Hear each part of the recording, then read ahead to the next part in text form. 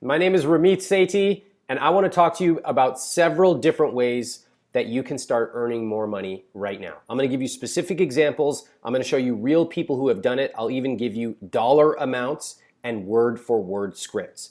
Now, first of all, who am I? Why should you listen to me? Well, like I said, my name is Ramit Sethi. I have written a New York Times best-selling book called I Will Teach You to Be Rich. It's actually been a two-time New York Times best-selling book, and it's been featured all over the place. New York Times, Wall Street Journal, I've been on the Today Show, and for over 15 years, I have run a site where I help people take control of their money. We've had millions and millions of readers.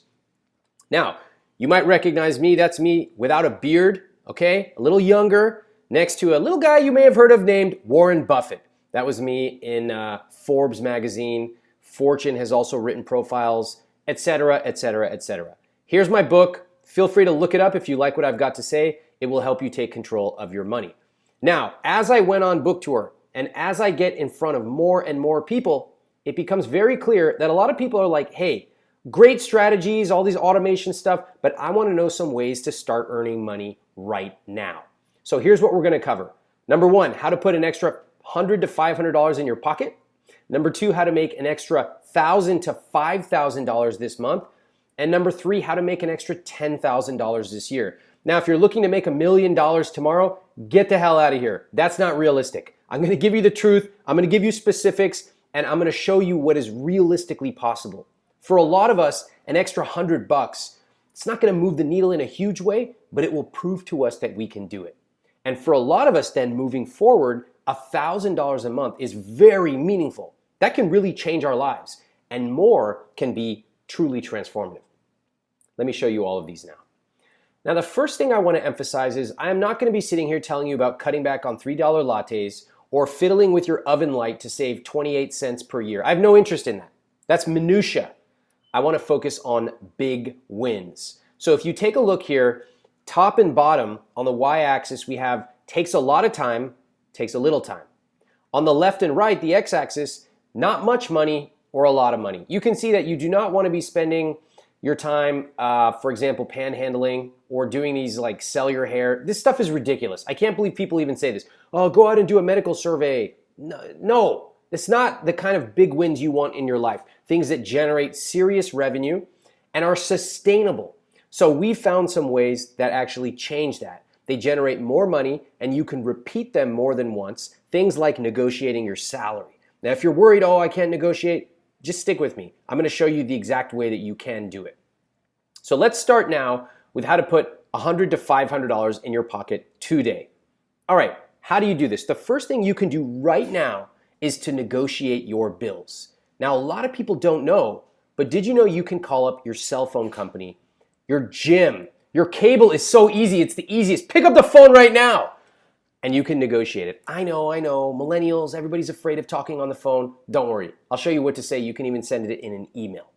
All right, so there are lots of places you can negotiate. By the way, credit cards are a particularly interesting one because you can also negotiate the APR if you're paying any credit card debt. This is something that very few people know. So here are your two magic phrases. The first, times are tough. That's true, times are tough. And the second, is there anything you can do for me? Let's take a look at how you can use this. You call up your cable company and use this exact script. Just pause this and read it off the screen. Hi, I was looking at my plan. It's getting pretty expensive. Could you tell me what other plans you have that would save me money? Now at this point they're gonna go blah, blah, blah. You have this best plan ever on planet Earth. It's so good. We can't offer you something. It's gonna cost you $200 a month more. No. What about any plans not listed on the website? What are other options that you can offer me that are going to reduce my monthly payment? Well, I'm sorry, what we have is on the website, plus blah, blah, contract, blah. Now you go in for the big swing. You say, well, I understand that, but I'd be saving $150 even if I paid that cancellation fee. Look, times are tough, and I happen to have checked with the competitor of yours, and they're offering a better deal of $30 less per month for the first 2 years. That's over $600. I would hate to have to switch to them because I've been a long-time loyal customer. So, can you offer me any deals that would match that? If not, I'd like you to transfer me to your cancellation department. And suddenly the clouds will part and the angels will sing. And oftentimes, I would say approximately 50 to 70% of the time, they will have a better deal available for you. You see, these companies don't want to lose you as a customer. And so they will often give you introductory offers that are not publicly available. By the way, a little trick is if you can't get these, ask for the retention department. They are authorized to give you these deals. Here's an example. Somebody got $180 in 10 minutes. Paul used this and he was paying for all these crazy car insurance things he didn't need. Changed that to a normal number. He brought his policy cost down by $180 in 10 minutes. Like I said, there are lots of times you're paying for things you actually don't need, whether it's with your insurance, your credit card, certainly your cable and cell phone. So get control over your own money. Don't feel indebted to these multi-billion-dollar companies. You need to look out for your own finances, and this negotiation script can empower you. Next up, your rent. Okay, I know everyone, how can I negotiate my rent? That's crazy. Well, let's first start by focusing on the big win. For most people, rent is their biggest expense. In fact, it's generally recommended that your rent should be around 28% of your income. For a lot of people, it's more than that, particularly in a high cost of living city. So if you're able to negotiate even a little bit off of your rent, it can actually generate serious savings over the course of a year or 2 years. Let me show you what you can do. You can go to your landlord and you can offer all kinds of things in order to get them to cut you a deal. Now you have to remember, your landlord does not want to lose you if you are a good renter, because even 1 month of vacancy can destroy their annual profits. So they want to keep you. Therefore, you can offer things like prepaying in advance or extending the lease, which can reduce their risk. You can offer all kinds of stuff. Maybe they have a parking space that they offer you. You can give that up and they can sell it somewhere else. There's so many different things you can do. Let me show you how you make it work. You can say this in an email or on a phone call. Hi, Jim, or whatever your landlord's name is. I hope you're enjoying the start of summer in the Bay. Since our 1-year lease is almost up, I'd like to chat about re-signing. As you know, I love the apartment, I've gotten to know the neighbors, and I feel truly at home in the neighborhood. I hope to be able to stay here for a while. I've been looking at rental prices around the area, and I'd like to talk with you about adjusting the rent to match what I'm seeing around town. I'd also be more than happy to help out with the property and take out the trash. I love living here. I hope the relationship with you and the property is just beginning. Talk to you soon, Susan. What do you notice? This script is very friendly. It's not adversarial. It also subtly mentions the market prices. Okay, that is critical. I want to tell you, a lot of people think rent only goes up. It's bull. I live in Manhattan. I have negotiated my own rent down in Manhattan. You can do it where you live. Because remember, landlords don't just get to charge whatever they want. They can charge what the market will bear. And if the market has gone down, which you can search online, then you can try to negotiate your rent. Oh, by the way, here's an example of it working. Sharon, I went to ask for a rent reduction. The office kept on insisting that I was already paying market rate. I let them know that I was serious on leaving if they didn't give me a lower rate. Boom! They agreed to give me a rate of $1,435, which is $150 off my previous rent. That's a savings of $1,800 per year. Awesome job, Sharon. Here's another one, Sophia. She went through this, offered to sign it for 12 months. They reduced my rent by $200 a month. That's $2,400 per year. That's $2,400 in Sophia's pocket. Imagine what you could do with that money. You can save it. You can invest it using the techniques I talk about in my book. You can pay off debt, or you can just go on a beautiful vacation or buy a round of drinks for your friends, maybe multiple rounds. That is money in your pocket. You should fight for it. Number 3 strategy for generating money right now is you can use these places to actually sell things from your house.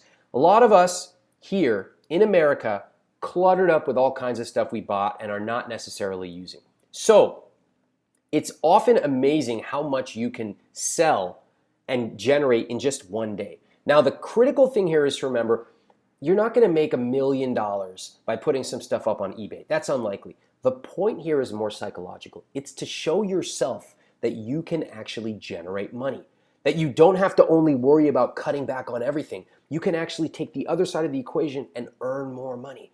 And the minute you sell something, even if you bought it for $500 and you sell it for 70, you start to realize, oh my God, there are a lot of different ways I can earn money. And that changes everything. So here's what you want to do. You want to do your research. You want to have great photo quality. Look at what other descriptions that sell for high prices do and model after that. Remember that you want to do your research again. Look at what all the best other performers selling that same item are doing. They shoot it in particular ways. They use certain descriptive terms, and then talk about why your product is unique. You do that, you're going to make some money off of things that are already cluttering up your house.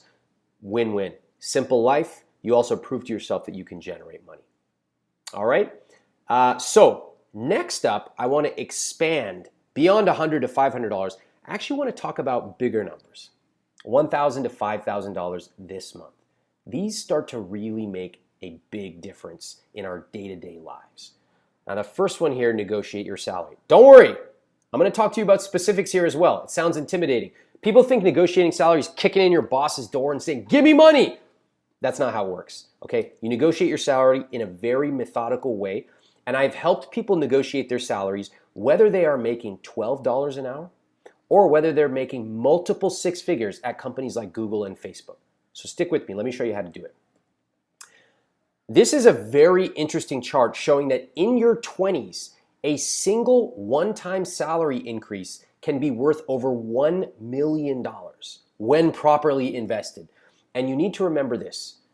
People who get salary increases tend to get them over and over again. Why? Because they learn the skill of negotiating.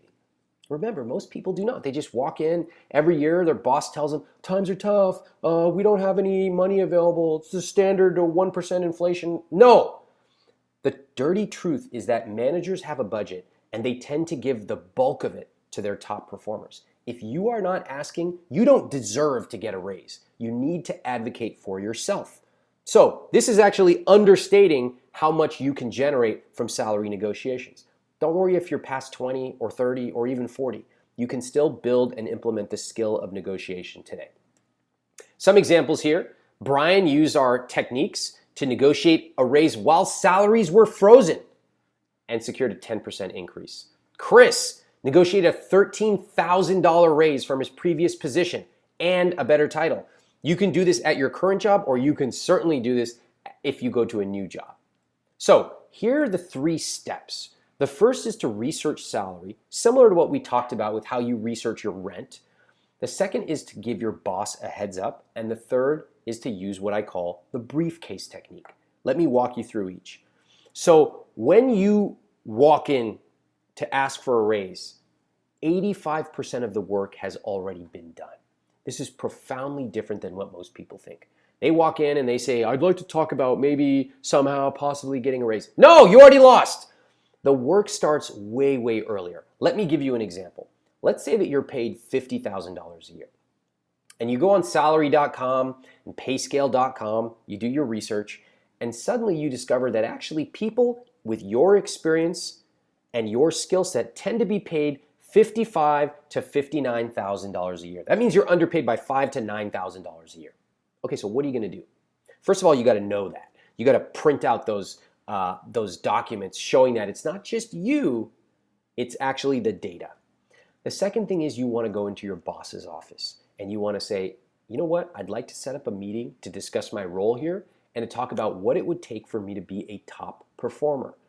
You're giving your boss a heads up. So the boss, of course, is going to take that meeting. Go in there and say, you know what, I've been thinking about my role. I really enjoy what I'm doing here. I think I've accomplished X and Y, but I would like to become a top performer here. And I'd like to discuss with you what it would take for me to do that specifically. So they might give you some mumbo jumbo, improve communication, write it down, but then say, can we get specific? You know, I'm currently working on this project. What would it take? What would the outcome have to be in order for me to be extremely successful? And then you have that conversation, you write it down. And at the end you say, okay, thank you very much. So if I understand correctly, to be a top performer in my role, I would need to improve conversion from 1.3 to 1.7%. I would need to cut our fault rate by 8%. And I would need to train 3 other people. Am I reading that right? Yes, write it down. And then you say, that sounds great. I'm really excited. I appreciate you giving me these specifics. Now, if I'm able to hit these goals, and I think I will, I'd like to discuss a compensation adjustment, but we can discuss that later. For now, I'm just excited to work on these goals you've set for me. Boss is going to be happy because their job is being easier. You're going to be happy because you know exactly what it takes. Now you need to do the work. I recommend every 2 weeks you send in a status update. And by the time your review comes around, this is where the briefcase technique comes in. You go in and theatrically, almost with a briefcase or folder, you pull it out and say, you know what? 6 months ago, we discussed what it would take to be a top performer. You mentioned XYZ. I have the data. And as you know, I've been updating you all along. I'm very proud to announce that these are the results. And now I would like to discuss a compensation adjustment. Now I cover all of this in more detail. You can Google the briefcase technique. Thousands of people have used it to get raises. You can do this too, and you can change your life. That's thousands of dollars. And just think about it. Nobody else is telling you this stuff. I'm telling you this because I want you to be empowered to take control of your money. Number 2, you can change your job. Now, it's interesting that sometimes I recommend staying at the same company. If you're continuing to develop, if you enjoy the work, then awesome. I have people who work at my company who have been here for many, many years. I treasure them. Sometimes though, maybe you're not happy. Maybe you've plateaued. Maybe you've decided you want to switch industries. We often find that changing industries can substantially add to your salary, okay? And it can often make you happier if you choose to switch. So here's a question you can ask. Jeff Bezos has this thing that he calls the regret minimization framework. And he basically says, looking back 10 years from now or 50 years from now, would I regret this decision? Think really fast forward. Think about the kind of life that you want to create. Maybe when you're older, maybe kids or grandkids. Right now, looking back, would you regret making the move? Or would you regret staying?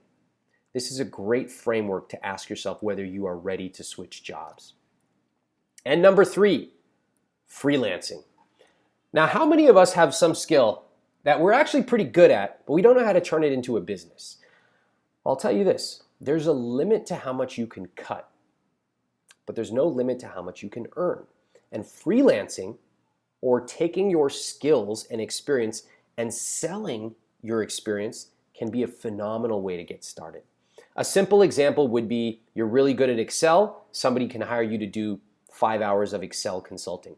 You're great at dressing yourself, somebody might hire you as a personal stylist. These are simple examples. You have a great apartment or house, you know how to organize things, somebody can hire you to organize their house. These are all examples of real freelancing jobs that people have done, often making $50 an hour, $100 an hour, even $10,000 as packages. So here's what you want to do. I want you to think about the ideas you could create and ask yourself this: what do I enjoy? I enjoy looking at fashion magazines. Maybe I'm into fashion. What do I do with my free time? Oh, I love taking people out to new restaurants. I know every restaurant that's new. Oh, okay, that could be interesting. What do people ask me to do because I'm so good at it? This is a very simple way of finding your freelancing idea. And remember, people are not paying you to tell them how great you are at dressing. No, they want to wake up. Let's take this dressing example. They want to wake up and not think about what to wear. So you want to start positioning your offering as something that can help people save time, make more money, or just live a better life. We have tons of examples. Click around on our site, I Will Teach You to Be Rich, and you'll find more about that. Now, the big boy. What if you want to go beyond freelancing and you actually want to start taking some serious action to make $10,000 or more? Well, one thing that we highly recommend is starting an online business. So years ago, I started helping people and coaching them in college with their personal finances. I'd gotten pretty good at it. Over time, I realized I wanted to help more people. I wanted to sit and record a video like this or write a blog post and have it reach eventually 1 million people. And I was able to, fortunately, reach that goal where I can sit, do some hard work of figuring out a system, and then share it with lots and lots of people. You can do the same thing. And you can start small like I did. You could set up a blog post, you can share something you've learned, and eventually generate some traffic. And as you sleep, people will see it, and eventually people will buy from you. So here's what you need to start an online business. These are really the simplest things you need. You need a website, very simple. An email list, also simple and basically free to start. You can use that to send emails, to drive people to a sales page, number 4. And number 5, ultimately, you get customers. That is a business. So it's very, very straightforward on how what the components you need are. We cover a lot of this. I want to share a little bit more about what you can do. And that's where I want to give you this additional resource. It's my ultimate guide to making money. The link is in the description. It's going to show you lots and lots of specifics. And by the way, it's free. I want you to read it. I want you to use it because I want you to take control of your money and start creating your own rich life. Thank you very much for watching.